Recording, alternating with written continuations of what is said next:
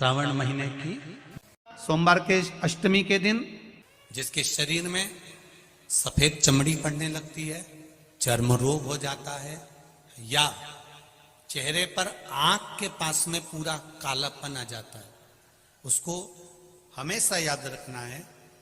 लाल चंदन का लेपन पीपल के पत्ते पर करिए। काय पर करना है? पीपल के पत्ते पर लाल चंदन का लेपन करिए।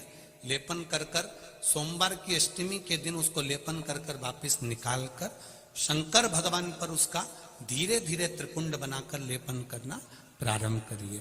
जब आप त्रिपुंड बनाकर लेपन करना प्रारंभ करें, उसके बाद उस चंदन को जो सोमवार की अष्टमी है तब निकाल कर लिया है और निकाल कर लाकर उसको डब्बी में रख लें। उस चंदन का प्रयोग चर्म रोग के स्थान पर थोड़ी थोड़ी मात्रा में करना प्रारंभ करें, पानी के साथ मिलाकर। परंतु उस चंदन को केवल 6 से 7 दिन में प्रयोग करिएगा, ज्यादा नहीं।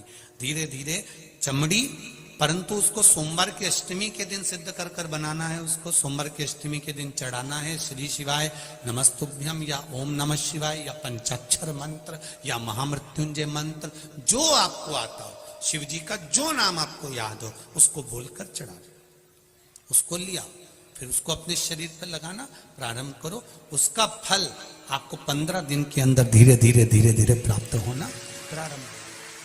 लाल चंदन का प्रयोग शिव जी के लिए अवश्य। सोमवार के अष्टमी के दिन अशोक सुंदरी वाली जगह, सबको मालूम है ना अशोक सुंदरी की जगह? अशोक सुंदरी वाली जगह पर 7 हल्दी की बिंदी रख दी जाए।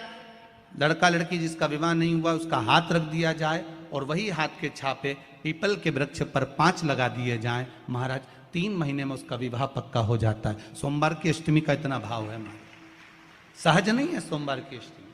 शिव और आद्य शक्ति का मिलन है सोमवार की अष्टमी। भगवान शंकर और पार्वती का मिलन। ऐसी कौन सी कामना है जो शिव पूर्ण नहीं करते? बस आपका विश्वास, आप उस पर भरोसा करना तो पूर्ण कर। कहते हैं सोमवार के दिन की अष्टमी पढ़ने पर, कौन से दिन? सोमवार के दिन कौन सी तिथि? जम के बोलो, अष्टमी।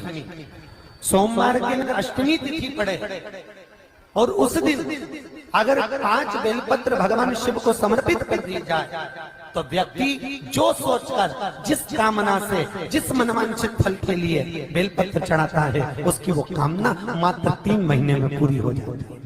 मात्र 3 महीने। एक बात बहुत सुंदर है, ध्यान रखिएगा थोड़ा सा। कभी अगर मौका लगे सोमवार की अष्टमी पड़ जाए, क्या पड़ जाए सोमवार की? जम के बोलो जरा। अष्टमी। या तो सोमवार की अष्टमी पड़ जाए, या हर महीने शिवरात्रि आती है, हर महीने आती है, या तो सोमवार की अष्टमी पड़ जाए या फिर सोमवार की शिवरात्रि पड़ जाए, हर महीने आती है। प्रयास करना कहीं से देसी गाय का दूध मिल जाए, थोड़ा सा दूध देसी गाय का मिल जाए, थोड़ा सा दूध देसी गाय का, थोड़ा सा दूध अगर प्राप्त हो जाए, बेलपत्री के पत्ते से दूध कटोरी में लेकर, मात्र बेलपत्री के पत्रे से एक एक बूंद, अगर दूध आप 1 बूंद अगर ज्यादा ना मिला हो, 1 चम्मच भी अगर आपको दूध देसी गाय का मिल गया हो और सोमवार की अष्टमी पड़ जाए या सोमवार की, जम के बोलो, शिवरात्रि पड़ जाए, उसमें केवल अगर देसी गाय का दूध मिल जाए, जर्सी गाय का नहीं हो, देसी गाय का अगर दूध मिल जाए, बेलपत्री के पत्ते से, तुम्हारे घर के अंदर अगर शिवलिंग है या मंदिर में शिवलिंग है या तुम्हारे नजदीक में कोई शिवलिंग है, उस पर बूंद बूंद, एक एक बूंद अगर शिवलिंग पर दूध समर्पित कर रहे हो, श्री शिवाय नमस्तुभ्यम, नमः शिवाय या षडाक्षर मंत्र ओम नमः शिवाय या 33 अक्षर का मंत्र महामृत्युंजय मंत्र, इसका स्मरण कर कर शिव जी पर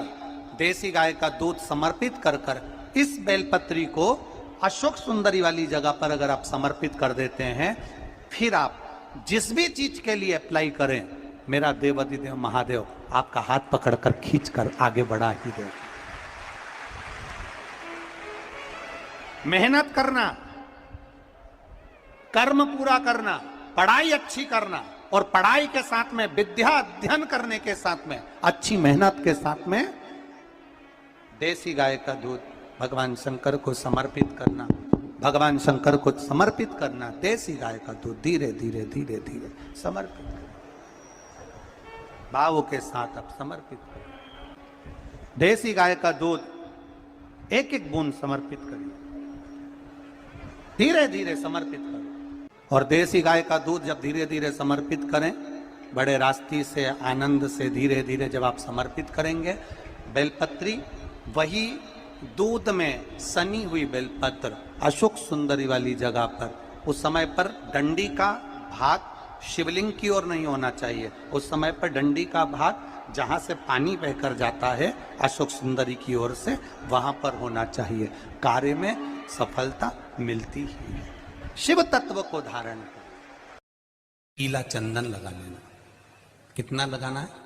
बीच वाला जो पत्ता है उस पर पीला चंदन। जब आपको लगे कि मेरा जीवन बहुत कष्टमय है, अब ये रोग, अब ये कष्ट दूर ही नहीं हो रहा, अब ये आए दिन तकलीफ पर तकलीफ बढ़ती जा रही है, आए दिन रोग बीमारी, पैसा घर में बच नहीं रहा, बहुत कष्टमय जीवन है, इसमें लगाओ पीला चंदन बेलपत्री की बीज पत्ती पर। महाराज,